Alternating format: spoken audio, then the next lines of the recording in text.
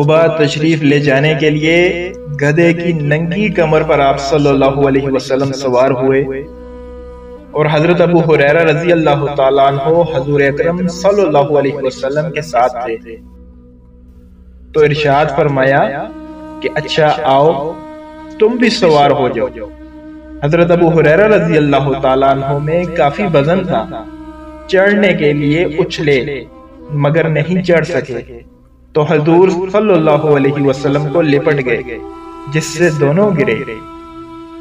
پھر حضور صلی اللہ علیہ وسلم سوار ہوئے اور ارشاد فرمایا کہ اے ابو ہریرہ تمہیں بھی سوار کر لوں؟ عرض کیا جیسے رائے عالی ہو۔ آپ صلی اللہ علیہ وسلم نے فرمایا کہ اچھا چڑھو۔ وہ نہیں چڑھ سکے بلکہ حضور صلی اللہ علیہ وسلم کو ساتھ لے کر گر پڑے۔